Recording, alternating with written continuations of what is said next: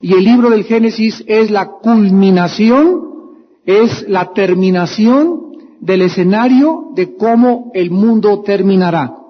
La Biblia nos habla en Apocalipsis las últimas palabras del Hijo de Dios a la iglesia primero, para que nosotros las hagamos hacia el mundo y podamos levantar la luz de Cristo y decirle a la gente, este es el camino, síganlo, porque nosotros somos la única luz que existe en el mundo. Jesús dijo, los cristianos son la luz del mundo. Y nosotros tenemos respuesta respecto a la guerra, respecto a la clonación, respecto a la eutanasia, respecto a la fertilización in vitro, respecto al divorcio y a todas las preguntas y misterios hasta del Triángulo de las Bermudas. Nosotros podemos, con la Biblia en la mano, poder responder. Gracias a Dios que la sabiduría de Dios enloqueció la sabiduría del mundo. Y Dios ha desechado el entendimiento de los entendidos. Y no importa que tú seas muy sabio, muy intelectual y cuántos títulos académicos tengas, cuando se trata de venir a la Biblia, necesitas otro conocimiento y otra sabiduría, que es la sabiduría que solamente el Espíritu de Dios nos puede dar. En esta noche vamos a iniciar el estudio de la iglesia de Sardis, en el capítulo 3 de Apocalipsis, y dice la Biblia, escribe al ángel de la iglesia en Sardis. El que tiene los 7 espíritus de Dios y las 7 estrellas, dice esto: yo conozco tus obras, que tienes nombre de que vives y estás muerto. Vamos a quedarnos en el versículo 1 en esta noche. A ustedes, a continuación, verán las razones.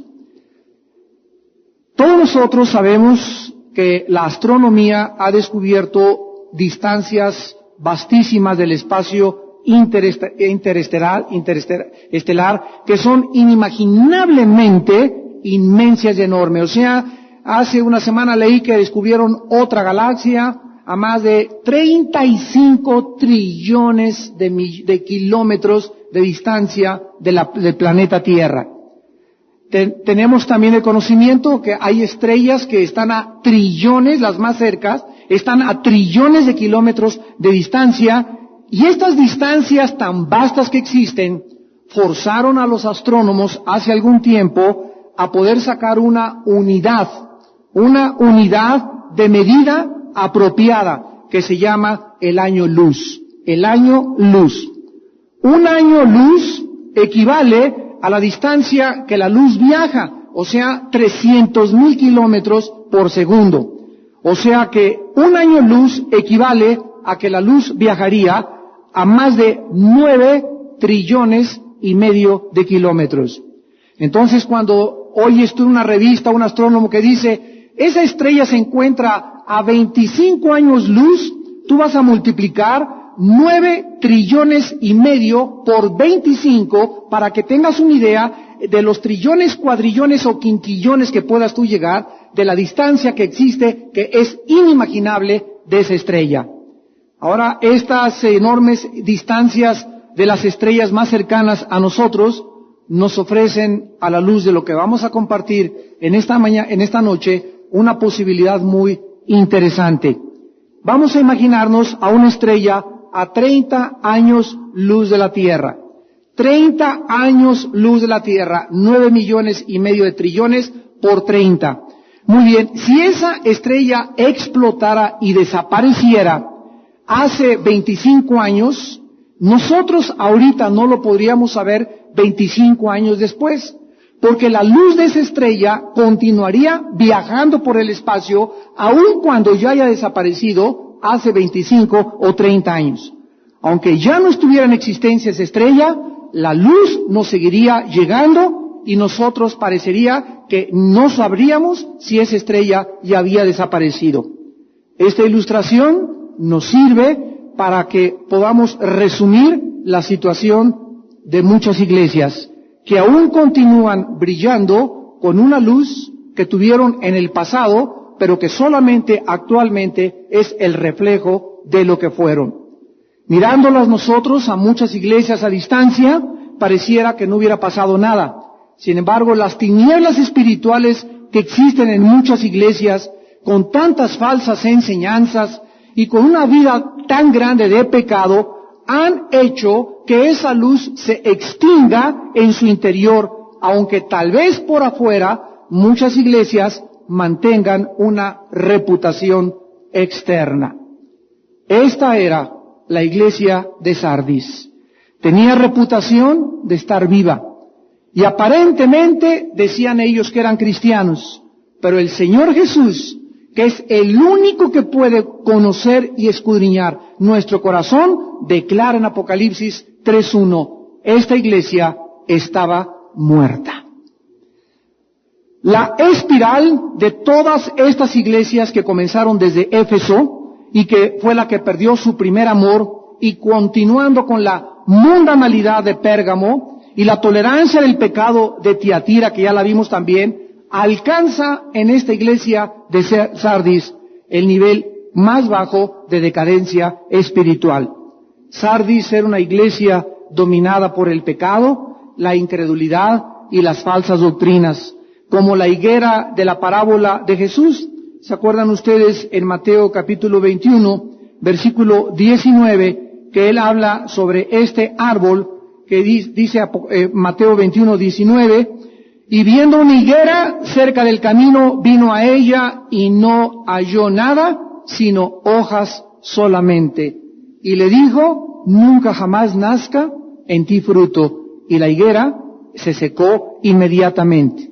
Como la higuera, muchas iglesias solamente tienen hojas. Pero vamos a hacerlo más individual.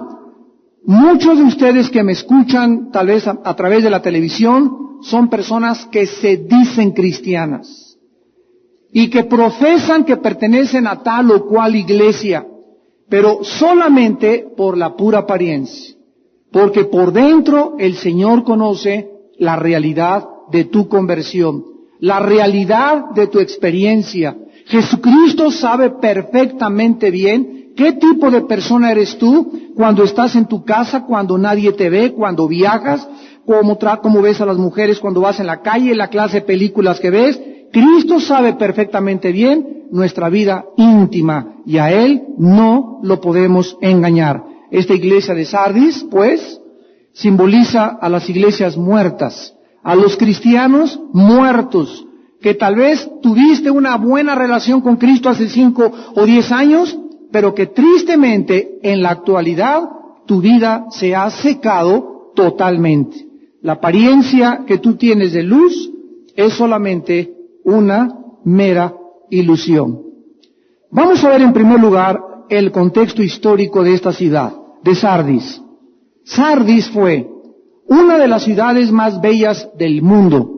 Se fundó en el año 1200 antes de Cristo y fue la capital del reino de Lidia, hasta que en el año 549 fue capturada por los medos persas encabezados por el rey Ciro.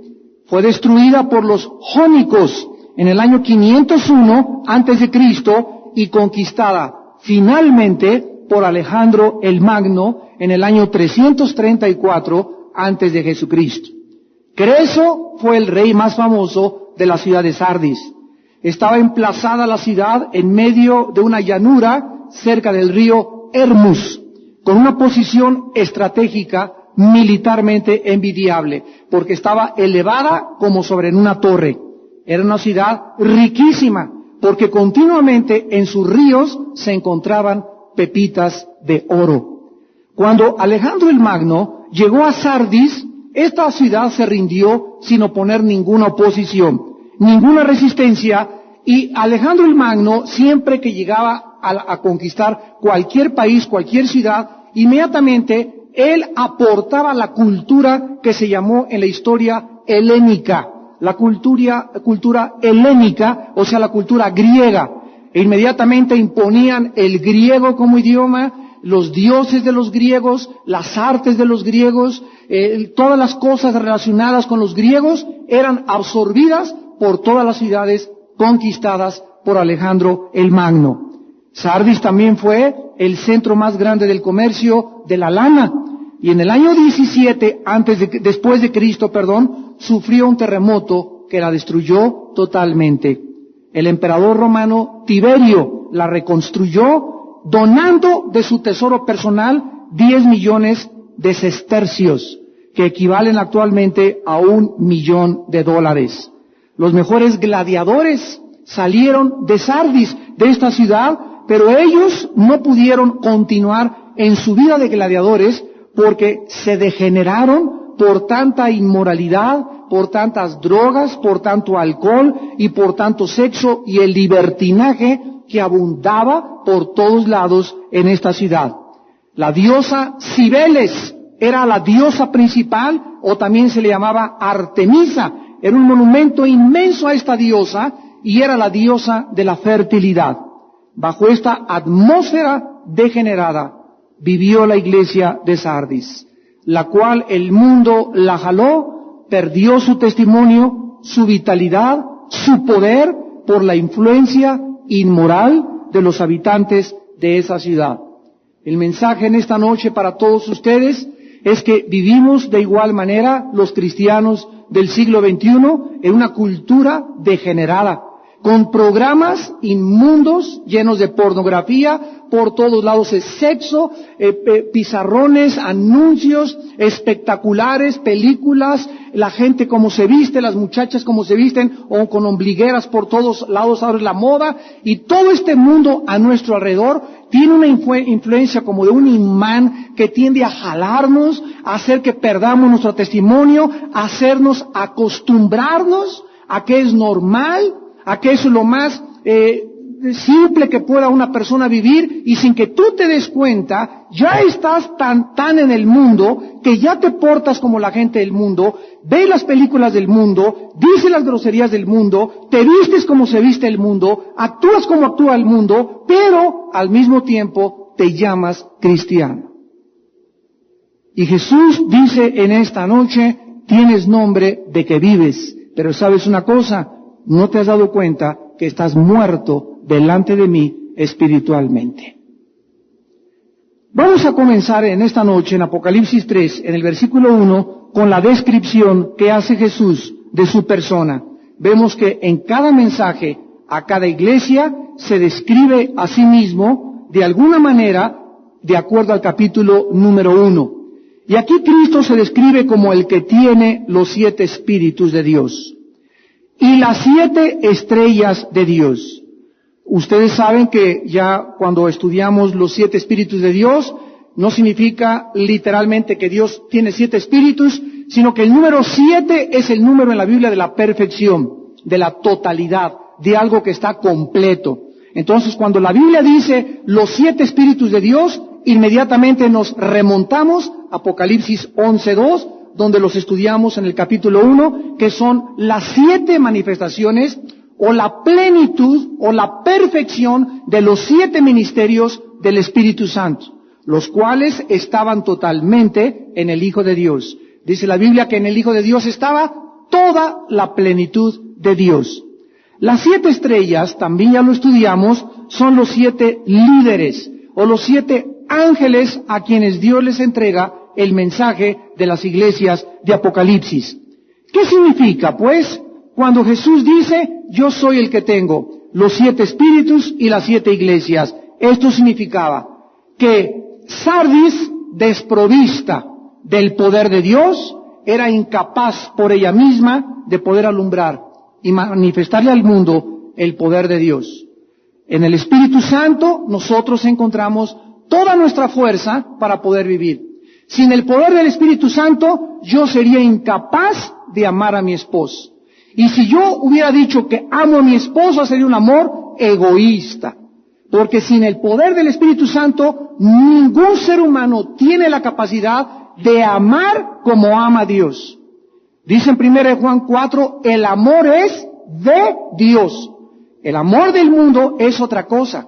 Pero el amor de Dios, todo lo sufre, todo lo espera, todo lo soporta, no busca lo suyo, no guarda rencor, no se envanece. Entonces, estas características del amor de Dios son imposibles poder aportarlas humanamente.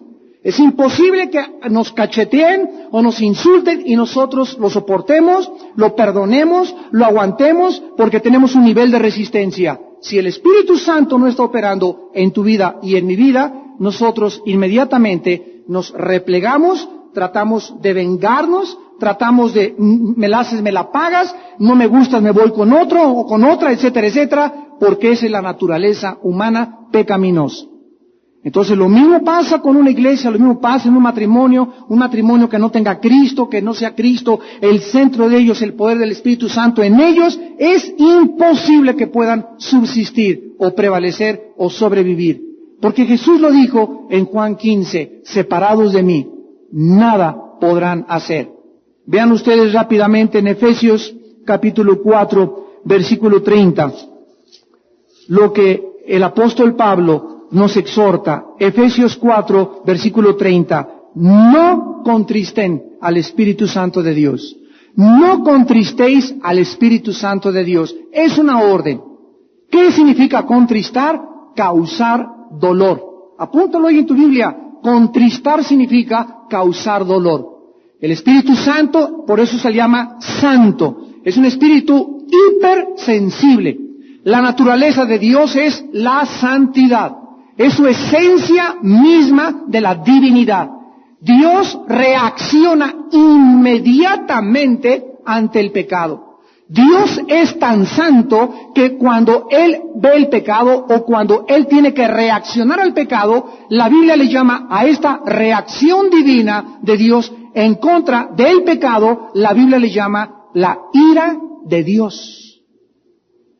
No es la ira del ser humano. Nosotros reaccionamos cuando nos hacen enojar, cuando algún deseo egoísta, cuando me han aplastado mi ego, cuando me han humillado, etcétera, etcétera. Pero cuando Dios reacciona, no reacciona como nosotros.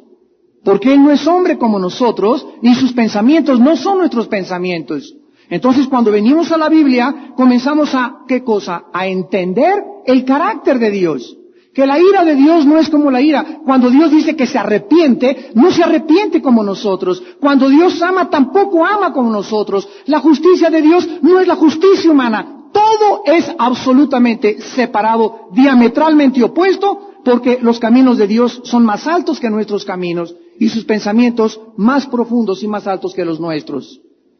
Entonces la Biblia nos muestra que nosotros, cuando pecamos, cuando un cristiano permanece en el pecado y continúa en el pecado y no se lave sus pecados, ¿qué sucede en su vida espiritual? Está causándole dolor al Espíritu Santo porque nuestro cuerpo se convierte en el templo de Dios en el momento que recibimos a Jesucristo. Le causas dolor al Espíritu Santo. ¿Y qué significa esto? ¿Qué significa que el Espíritu entre nosotros se duele? Significa, veámoslo en Primera de Tesalonicenses capítulo 5. Ahí se nos dice claramente lo que sucede. Primera de Tesalonicenses capítulo 5, versículo 19. No apaguéis al Espíritu Santo. Solamente dos exhortaciones se nos dan en todo el Nuevo Testamento respecto a nuestra relación con el Espíritu Santo. La primera, Efesios 4:30, no le causemos dolor. Y en Primera de Tesalonicenses 5:19, no lo apaguemos. Una vez que comienzas a causarle dolor al Espíritu Santo dentro de tu vida, una vez que comenzamos a ofender al Espíritu Santo, lo ofendemos cuando tomamos el pecado a la ligera. Cuando creemos que podemos seguir y continuar viviendo en el pecado. En ese momento el Espíritu Santo entre nosotros está dolorido y entonces comenzamos a reducir su fuerza y su campo de acción en nuestra vida. Mientras más haga sufrir al Espíritu Santo y más le cause dolor, menos fuerza espiritual tengo yo en mi vida. Menos fuerza y poder tengo para enfrentar las tentaciones, menos fuerza tengo para vivir, menos fuerza tengo para poder enfrentar a mis enemigos, menos fuerza tengo para no dejarme arrastrar por el mundo. ¿Y por qué eres arrastrado tan fácilmente por el mundo? ¿Y por qué caes tan fácilmente en el pecado? Porque dentro de ti no hay fuerza espiritual. ¿Por qué no tienes fuerza espiritual? Porque has vivido mucho tiempo en pecado. Y ese pecado dentro de tu vida está causándole un dolor profundo al Espíritu de Dios. Y hay cristianos que le causan tanto dolor y pasa tanto tiempo que el Espíritu Santo dice primera de Tesalonicenses 5, lo apagan. Y esa palabra en el griego es extinguir su radio de acción. Llega un momento que es como una vela, para que me puedan entender. Una vela, si no tiene nada alrededor, tiene un campo de acción, digamos, de 5 metros. Pero si a la vela le comienzo a acercar así una copa alrededor, ya el campo de acción es menos. Y mientras más cerque yo a la vela, menos alumbra, hasta que llego literalmente a tapar la vela y a perder totalmente su radiación alrededor de luz y se hace la oscuridad. Hay cristianos que tienen al Espíritu Santo dentro de sus vidas totalmente apagado. Y son cristianos, les voy a decir los síntomas. En primer lugar, son cristianos porque es el primer síntoma, que viven en temor. El temor es lo opuesto totalmente a la fe. Son cristianos que necesitan pastillas tranquilizantes o alcohol, o necesitan una droga, o necesitan aventuras sexuales. No le llaman adulterio, le llaman aventuras sexuales. Le llaman canitas al aire. Son cristianos que no tienen poder, que jamás le hablan a nadie de Cristo, que no pueden ver a una muchacha con pureza. Son cristianos que no leen la Biblia, son cristianos que no oran, pero ellos se dicen cristianos, sin embargo, están muertos delante de Dios. El Señor pronuncia una triple acusación con esta iglesia. Vamos a ver solamente la primera acusación en esta noche. Tú tienes nombre de que vives y estás muerto. Esta iglesia tenía pues una falsa reputación espiritual. ¿Cuántas personas, repito, se dicen a sí mismos cristianas y sin embargo su verdadera condición delante de Dios es de muerte espiritual? ¿Sabían ustedes que la primera carta de Juan se escribió precisamente dirigida a este tipo de personas? Miren ustedes rápidamente 2 versículos en primera de Juan capítulo 1, antes de Apocalipsis, para que no te vayas a Génesis. Primera de Juan capítulo 1, dice el versículo 6, sí decimos. Esa palabra sí es un sí condicional. Y lo vamos a ver continuamente. Sí decimos que tenemos comunión con Él. Si tú dices, no, pues Jesucristo es mi Señor, yo creo que murió en la cruz, yo soy cristiano, soy presbiteriano, soy bautista, soy metodista, soy pentecostal, soy católico. Si tú dices eso y no andas en el reino de la luz, sino que andas en tinieblas, las tinieblas en 1 Juan se asocian al pecado y al dolor. Pero sin embargo tú andas en tinieblas y dices que eres cristiano y te acuestas con tu novia cada semana, y dices que eres cristiano y ves pornografía una vez a la semana, y dices que eres cristiano y cada sábado te vas a una disco, y dices que eres cristiano y te vistes como bailarina exótica de Afganistán. Mientes, dice la Biblia, mientes, porque no practicas la verdad. La verdad no basta con conocerla, porque si yo conozco la verdad y esta verdad, este conocimiento no transforma mi vida, ni produce convicciones dentro de mí, comienzo a vivir autoengañado. Porque el conocimiento de la verdad me fue dado para cambiar mi vida y practicarla. La verdad, sin ser practicada, hace de mí una fe falsa, porque los demonios también tienen fe, sin embargo, no hacen la voluntad de Dios. Es una fe de los demonios. Y este es el susto que cuando venga Cristo, millones tal vez de personas que se decían a sí mismos que eran cristianas, van a enfrentar cuando le digan, Señor, Señor, y Él les conteste, yo nunca te conocí, porque nunca hiciste mi voluntad. ¿Cuál era tu voluntad? Que fueras santo como yo soy santo. Que fueras diferente, nunca fuiste diferente de tus amigas ni de tus amigos. Nunca fuiste diferente de tu familia. Nunca fuiste diferente a los empleados de tu oficina. Siempre hiciste lo que las demás gentes te hacían. Nunca tuviste el valor de decir, voy en contra de la corriente. Y eso determinará en tu vida realmente si tienes convicciones. Vean ustedes en Lucas 9:60 que la muerte espiritual. Ahora vámonos más profundamente La muerte espiritual en el Nuevo Testamento está conectada siempre con su causa, el pecado. La muerte espiritual en el Nuevo Testamento siempre está conectada con el pecado. Dice en Lucas, por ejemplo, 9, versículo 60. Lucas 9, 60. Jesús dijo, deja que los muertos entierren a sus muertos y tú ve y anuncia el reino de Dios. Vean ustedes que aquí hay dos muertos. Llegaron unas personas y dijeron a Jesús, oye Jesús, ¿podemos hacer un funeral? Y Jesús les dijo, deja que los muertos, o sea, ¿quiénes son los muertos? Los familiares de ese muerto, físicamente, que iban a enterrar, los familiares también estaban muertos. Pero esa muerte era de otro tipo a la muerte del que iba en el ataúd. Porque los muertos o los familiares que iban a enterrar a ese muerto físicamente estaban muertos espiritualmente. Y la Biblia nos enseña que una persona que no tiene al Espíritu de Dios, que no ha nacido de nuevo, aunque tenga el título de protestante, de católico, de mormón, de testigo de Jehová, de pentecostal o de lo que sea, si dentro de ti no hay una vida resucitada, estás muerto hacia los ojos de Dios. Y la palabra muerte no significa cesación de existencia. La palabra muerte significa separación. Separado.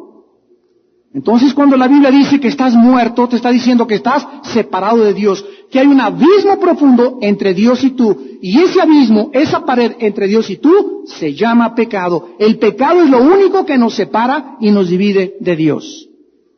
Vean ustedes ahora Lucas 15, versículo 24. Lucas 15, versículo 24. Porque mi hijo muerto era, y ha revivido. Se había perdido y es hallado. Cuando el padre del hijo pródigo ve a su hijo que regresa, el padre consideraba a su hijo muerto. Ahora, ese hijo nunca murió físicamente. ¿A qué se refería? Se refería a que estaba separado de Dios. Se fue de su casa, gastó el dinero, vivió como un pordiosero, sus amigos se fueron cuando perdió el dinero, las muchachas lo dejaron cuando se perdió el dinero, y cuando el pobre joven se encontró alimentando a los marranos, a los cerdos, a los cuches, fue cuando reaccionó y dijo, Dios mío, ¿pero qué hago aquí? Cobró conciencia y se dio cuenta que era mejor vivir cerca de Dios, cerca de su Padre. El Padre simboliza, y este hijo simboliza a todos nosotros en esta historia del hijo pródigo. Pero el Padre dice, mi hijo estaba muerto. Y si tú tienes hijos que no son cristianos, están muertos espiritualmente hacia Dios. ¿Qué significa? Que tienen vida física, vida intelectual, pero espiritualmente no hay ningún contacto con Dios entre ellos, no tienen la vida espiritual, por eso no entienden a Dios, no entienden la Biblia, no buscan a Dios, aman el pecado, el hacer maldad es como una diversión para ellos. ¿Por qué? Porque están muertos. ¿No será acaso que tú que te dices cristiano, estarás también en esa condición y a lo mejor ni siquiera tienes la salvación? Vean ustedes aquí en Colosenses 2:13 que Jesucristo también, el apóstol Pablo, nos ilustra en Colosenses 2:13 la forma en la que muchas personas viven. Y dice, y a vosotros estando muertos en pecados, en la incircuncisión de vuestra carne os dio vida. La Biblia nos llama que estábamos muertos. La Biblia, vuelvo a repetir, asocia la muerte con el pecado. Estando muertos, cuando me convertí hace 22, 23 años de edad, yo me levantaba y tenía vida física e intelectual, pero hacia Dios, la Biblia, cuando comencé a leer la Biblia, me reveló que yo era una persona muerta hacia Dios, estaba separada de Dior, por eso no entendía a Dios y por eso era religioso, y en una religión quieres encontrar la conciencia tranquila, pero mi vida no era de un árbol que diera frutos.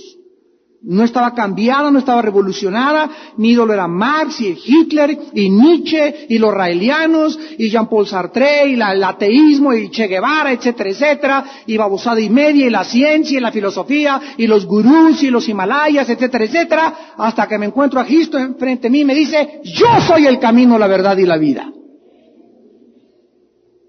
Y en ese momento, cuando tienes ese encuentro con Jesucristo, te das cuenta que ningún líder religioso, ningún hombre ha aseverado decir Él es la verdad objetiva, inmutable del universo. Nadie lo ha dicho jamás.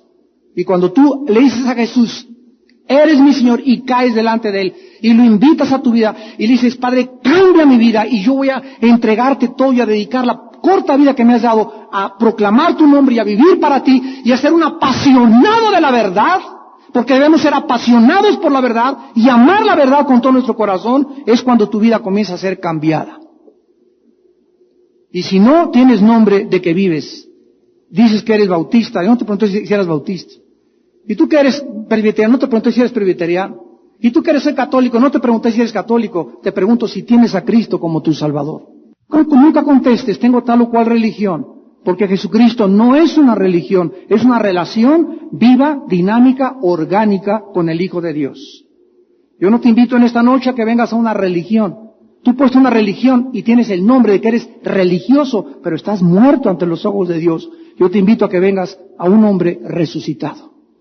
A una persona. El cristianismo no es un sistema, no es una organización, no son reglas, no es un código de ética o de conducta. El cristianismo es una persona que se llama Jesús. Y si tú sigues reglas de conducta y tienes un código de ética, etcétera, etcétera, y puedes hacer muchas cosas externas, no fumas, no tomas, eres fiel, etcétera, etcétera, eres como un fariseo, como un religioso, y no tienes a Jesús dentro de tu vida, y no tienes una relación con Él, tienes nombre de que vives, pero estás muerto. Veamos pues a continuación que cualquier aspecto de la fe puede ser imitada. Cualquier aspecto de la fe puede ser imitada. Debemos asegurarnos en esta noche que la profesión que hemos hecho es real, genuina, sincera, honesta y que ha afectado verdaderamente todas las áreas de mi vida. Cristo tiene que afectar mi cuerpo, tiene que afectar mis pensamientos, tiene que afectar mi espíritu, porque son los tres componentes de los cuales estamos formados los seres humanos. Entonces, si solamente afecta un área de tu vida y no ha afectado las tres áreas de tu vida que forman tu ser, se puede dudar de que tu profesión sea real. Recuerden ustedes que en las parábolas de Cristo Él continuamente hizo un contraste entre los falsos y los verdaderos creyentes. ¿Se acuerdan la parábola del sembrador? Muchos recibieron la palabra con gozo, dijeron que tenían a Cristo, pero vinieron las pruebas y vinieron las tentaciones y cayeron y se alejaron y jamás se volvieron a parar, ni a abrir la Biblia, ni orar. Esta fue la que no tenía raíz, salió el sol y se secó.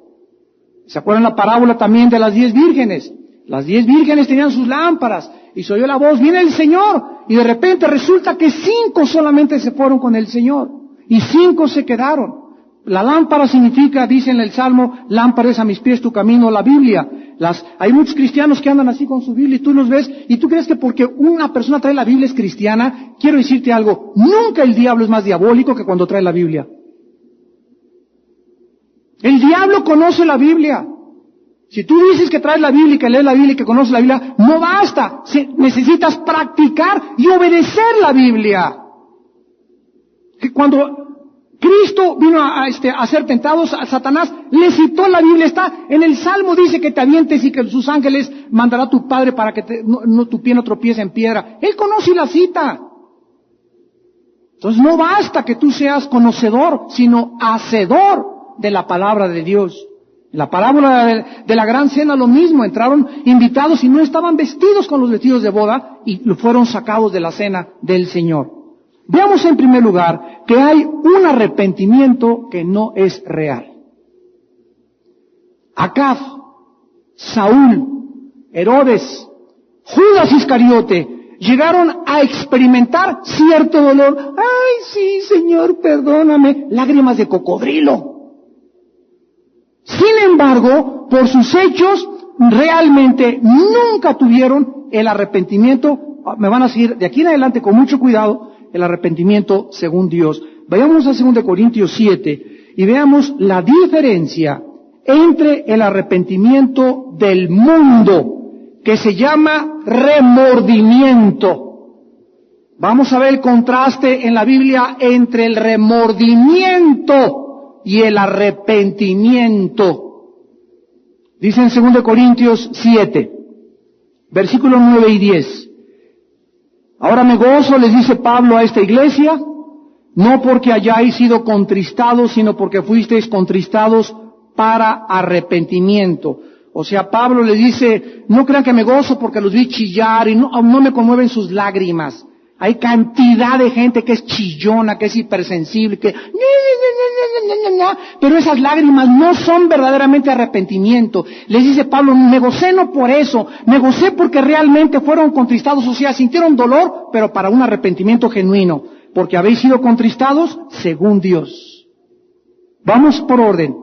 Para que una persona se arrepienta según Dios, es Dios el que tiene que producir ese arrepentimiento en el corazón humano, porque el arrepentimiento es un don de Dios.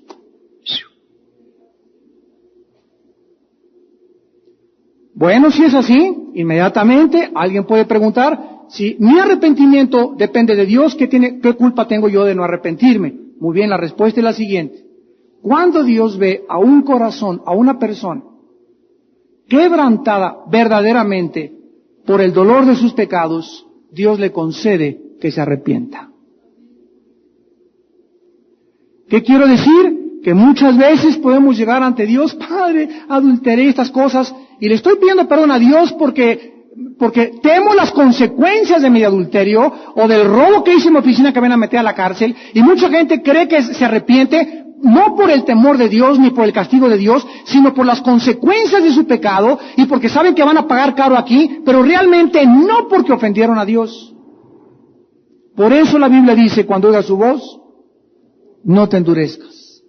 Porque es precisamente cuando Dios predica a través de la Biblia y usa a un hombre o una mujer para enseñar la Biblia o para predicar, es cuando la Biblia es profetizada, cuando la Biblia es enseñada, es en ese momento cuando el Espíritu Santo, porque Él usa la Biblia siempre el Espíritu Santo toma la Biblia a través de mis palabras o de las palabras de X predicador, y en ese momento Dios le da a la gente que escucha la gracia de arrepentirse. Y si tú oyes la voz de Dios en el momento en que Dios te habla, y tú no te arrepientes, no es cierto que tú puedes decir, mañana lo pensaré, pasado mañana, porque tú no sabes si Dios mañana o dentro de una hora te dé el don y la facilidad de arrepentirte. Es cuando oyes su voz. Entonces cuando la gente dice, no, ya cuando vaya en la ambulancia y la Cruz Roja ya me dé el telele, así todas esas cosas, él le va a pedir perdón a Dios, sabes que estás burlándote de Dios porque Él piensa, Él conoce tus pensamientos de tu corazón y sabe lo que tú estás tramando en tu corazón, y esas personas jamás Dios les concederá que se arrepientan. Ahora dice el versículo 10 de 2 Corintios 7, porque la tristeza que es según Dios, o sea, ya vemos que hay dos tipos de tristeza, dos tipos de dolor. Un dolor que es el dolor del mundo, la tristeza del mundo, y otra la que es según Dios. La tristeza que es según Dios produce arrepentimiento para salvación. De que no hay que arrepentirse, pero la tristeza del mundo produce muerte. Cuando Dios me perdona y me concede que me arrepienta, escúchame, en ese momento es tan grande el poder de Dios en mi corazón que ya mañana no tengo por qué, ay, mis pecados, ¿cómo que mis pecados? ¿No le pediste perdón a Dios ayer y lo invitaste como Salvador? Entonces, ¿por qué sigues pensando tus pecados hace 3 o 4 años cuando la gente no ha hecho la paz con su pasado y el pasado te sigue persiguiendo? Es porque no crees que Dios te aceptó tu arrepentimiento. Y la incredulidad impide que el poder de Dios sea real en tu vida. Dios me dice en su palabra que el que está en Cristo, nueva criatura es. Tú abortaste, adulteraste, fornicaste, te echaste la quebrada con tu abuelita, en Acapulco, hiciste, deshiciste, te decían el mucho orejas, mataste a 50 personas. No importa todos los pecados, por más grandes, más graves, más viles, más miserables que hayas cometido, en Cristo Jesús, Dios nunca volverá a sacarlos, a desenterrarlos, a ponerlos enfrente de ti, porque Cristo los llevó sobre su cuerpo en la cruz. Haz la paz con tu pasado. Pero precisamente porque estás muerto, tu pasado te persigue. Porque no has creído. que la sangre de Cristo fue suficiente para que se derramara una sola vez y para siempre, presentarte delante de Dios sin mancha y sin nada de que tuvieras que avergonzarte. Entonces, Judas, he entregado sangre inocente, y aventó ahí el dinero y lloró. ¿Cómo es posible que yo haya entregado y haya sido el traidor? Y los sacerdotes le dijeron a Judas, sácate con tu dinero, no queremos aquí tu dinero mugroso. Y entonces Judas corrió y se ahorcó. Al mismo tiempo que Judas, había otro hombre llamado Pedro. Hizo lo mismo que Judas. Le dijeron los soldados, tú andas con él, yo ni lo conozco. Lo conocen ahí en su tierra. 3 veces Pedro negó a su Señor. Los dos cometieron el mismo pecado, alta traición. Uno lo traiciona físicamente y el otro lo traiciona en el momento que más su Señor lo necesitaba. Sin embargo, hay una diferencia entre Pedro y entre Judas. Judas le remuerde la conciencia y tiene una tristeza según el mundo, y lo comprobamos con su suicidio. Pedro no se suicidó, sino que Pedro, en lugar de suicidarse, comprendió y entendió y lloró con amargura que su Señor era poderoso para poder perdonar. Ahí está la diferencia. Además, Cristo dijo, Pedro, el diablo ha venido y ha pedido permiso a mi Padre para zarandearte. Pero sabes una cosa, Pedro, yo le he pedido a mi Padre que cuando venga esta prueba, tu fe no falte. Y Pedro fue zarandeado, fue conmovido, y Cristo lo reconfirmó apareciéndosele a Pedro. Juan capítulo 20, diciéndole, Pedro, ¿me amas? Y ha resucitado. Pedro le contesta 3 veces, sí, Señor, te amo, apacienta mis ovejas. Cristo lo viene y lo confirma, asegurándole su perdón eterno. Porque Él se acuerda de nuestra condición, que somos polvo y que somos frágiles. Esta es la diferencia. Herodes le encantaba oír a Juan el Bautista. Tráiganme a Juan, el domingo predica, por favor, lo quiero ir a oír, qué padre. Va a un desayuno que es suave, la palabra de Dios. Y Herodes compraba cassettes y compraba videos y todo, y feliz el hombre. Escuchen, hay una fe que no es real. Pero sin embargo, ni Acab, ni Pedro, Acab, llegaba Elías, se ponía a temblar, sí, Elías exactamente, y llegaba Isabel, ¿cómo te pones a temblar? Tú, ¿qué Elías ni qué nada? Y venía la reina, ¿verdad? Y lo hacía cambiar de opinión. Y así muchos de ustedes llegan aquí a la iglesia, llega a tu casa y esposa, cállese y métase a la cama. Y comienzas a ser otra persona totalmente transformada. ¿Por qué? Porque no te ha transformado el poder del Evangelio de Jesucristo. Hay una fe que no es real. Hay un arrepentimiento que no es real como esto. Ahora ven ustedes en Juan capítulo 2, esta fe que no es real tampoco. Juan capítulo 2. Hay una fe que no es real. Hay un arrepentimiento que no es real, que puede ser imitado. Y cuánta gente, cuántos familiares a nuestro alrededor, amados santos, tal vez tu mamá, tu papá, tu hijo, dicen que son y están muertos. Dice Juan capítulo 2, versículo 23 al 25. Estando en Jerusalén en la fiesta de la Pascua, muchos creyeron en su nombre viendo las señales que hacía. Vean ustedes, creyeron viendo. El otro día, ahorita les compartí a mis pastores, mi esposo y yo estábamos viendo en la televisión un predicador que decía en Estados Unidos, si llega una musulmán y llega una persona de otra religión, ¿cómo lo vas a convencer de que Dios exista? Necesitamos milagros. Y la iglesia necesita milagros, señales y prodigios para impactar al mundo. Un momentito, mi querido brother. La Biblia dice que el poder se encuentra en el Evangelio. La Biblia dice que la fe es por el oír, no por el ver.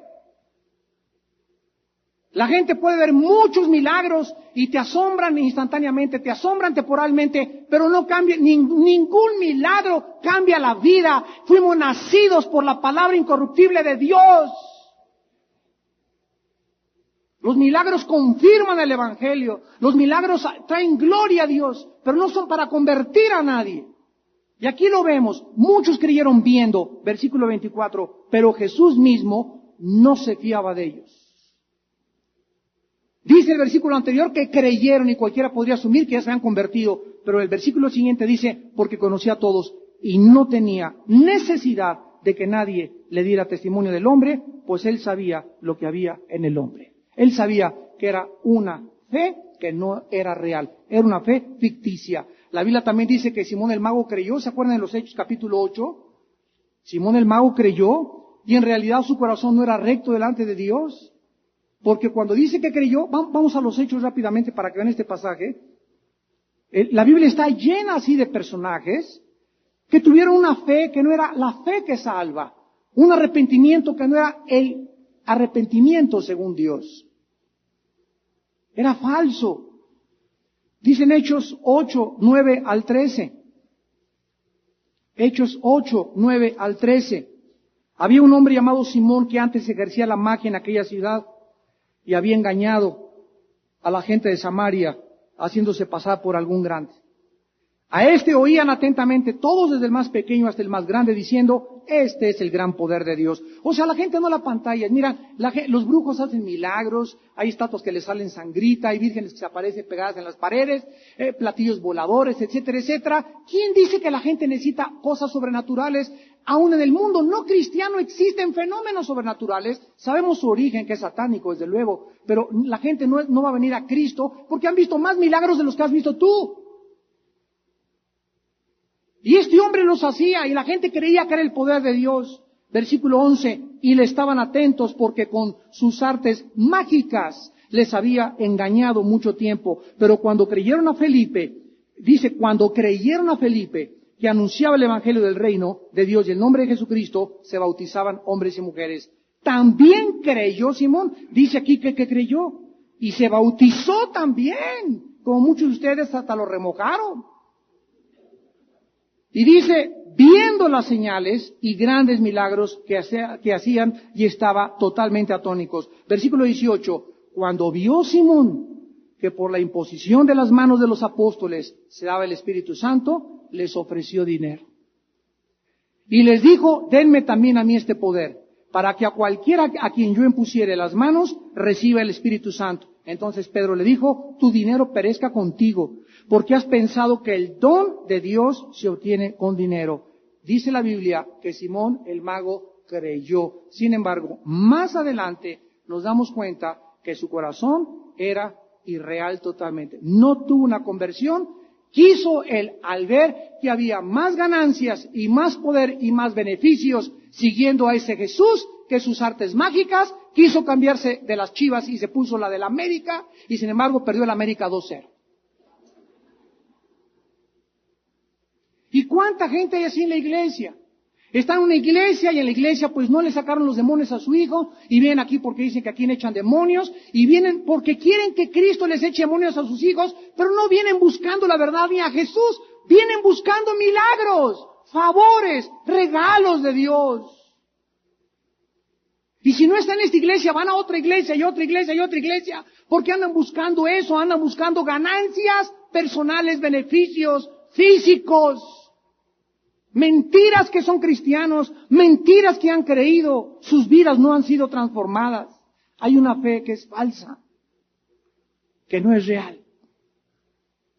Hay una santidad que no es real tampoco. ¿Se acuerdan de Joás en 2 Crónicas 24? Un rey que se recubrió con un manto de santidad y bondad delante de sus súbditos y delante del palacio, pero nada más murió el sacerdote y también murió la santidad del rey. La vida de Judas también nos muestra que durante 3 años y medio tenía cara de San Martín de Porres.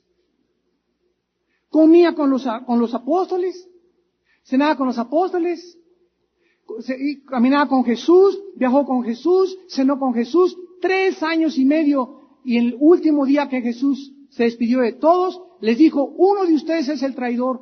Y ninguno de los apóstoles, ni por acá les pasó que alguien estuvo disfrazado 3 años y medio. ¿Cuántos de nosotros algún día, cómo que está en el infierno el Pitirijas Cuijas? ¿Cómo que mi mamacita está ahí abajo? ¿Cómo que mi tío? ¿Cómo que mi brother? Pues yo lo llevaba a los estudios. ¿Cómo que mi novia? ¿Cómo que mi esposa? Y vamos a llevarnos muchas sorpresas. No toda la gente que va a las iglesias es convertida. Aquí hay chivos y hay cabritos y hay ovejas también. Y las ovejas es un pequeño remanente, los que verdaderamente siguen a Jesús. La mayoría tienen nombre solamente, pero están muertos. Hay un amor que tampoco es real. Existe un amor que solo consiste en emociones. Una vez llegó una persona y me dice, yo no amo a mi esposo. ¿Por qué? Porque no siento amarlo. Ahí está tu problema. Cuando tú te casaste es un compromiso amarlo. Las emociones van a subir, van a bajar. Hay veces que tienes ganas de estrangular a tu esposo, de cogerle la boca a tu esposa, de haberte casado con otra. Pero hiciste un compromiso delante de Dios. Nuestra lealtad a nuestro matrimonio no depende si lo siento, sino que es algo que delante de Dios yo hice y lo prometí y lo juré. Y así hay muchas personas que dicen que aman a Jesús, pero a veces cuando Jesús no les cumple sus caprichos, o les quita su novio, o no les permite ese trabajo, se enojan contra Dios. Porque el amor no consiste en palabras huecas. Dice en Romanos 12, versículo 19. Romanos 12, 9, perdón. El amor sea sin fingimiento. ¿Por qué? Porque hay un amor fingido de muchos que se dicen cristianos. Ay, pastor, ay, hermana, y no es cierto, no es cierto, no es cierto. Aquí traen la daga de Herodes detrás y nomás te volteas y te hacen así, mira.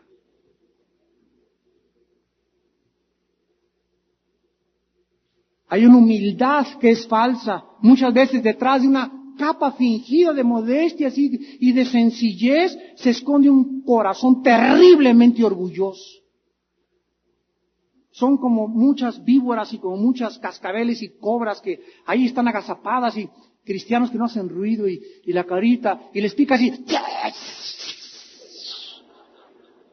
Ah, caray, Chihuahua, no te conocí así. ¿Por qué? Porque traen algo que no es real. Pero en el momento en que viene la prueba y que les tocas lo que más les duele,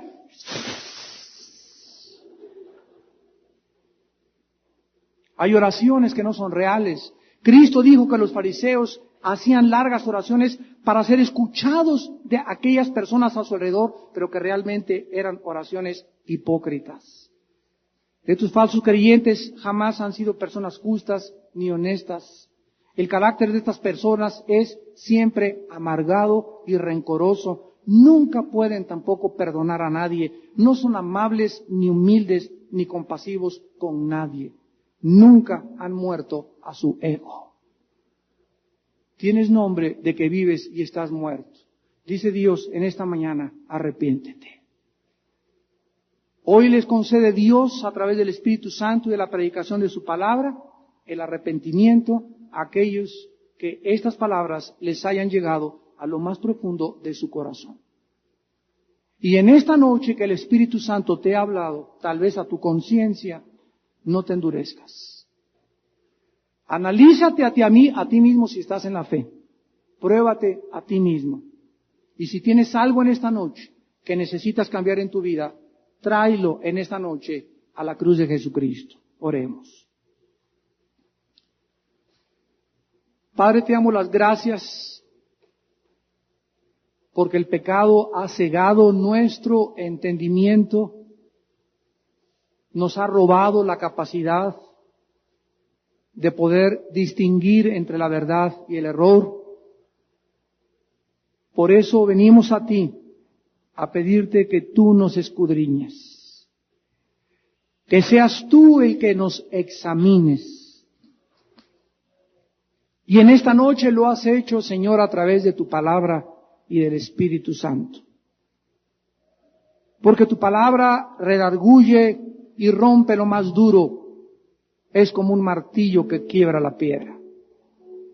Tu palabra es como un fuego que quema dentro de nosotros todas esas cosas tan perversas que nuestro corazón alberga. Tu palabra, Señor, nos consuela, nos edifica y nos exhorta. Gracias por tu palabra, Señor. ¿Qué haríamos si no fuésemos expuestos ante tu palabra? En esta noche, Cristo te invita a que vengas a seguirle. En la cruz de Cristo, Él murió por tus pecados y Él trató con tu antiguo hombre. Pero ya siendo cristiano, dice Cristo, ahora carga tu cruz. Y esta cruz no es la cruz donde Él murió.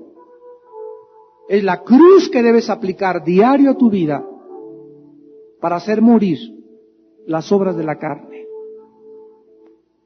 La carne no tiene más que un solo remedio, la crucifixión. Amalek no puede permanecer vivo, Amalek tiene que morir. Amalek es el símbolo más grande de la carne en el Antiguo Testamento. Tiene que morir. Porque nos va a brincar en la retaguardia.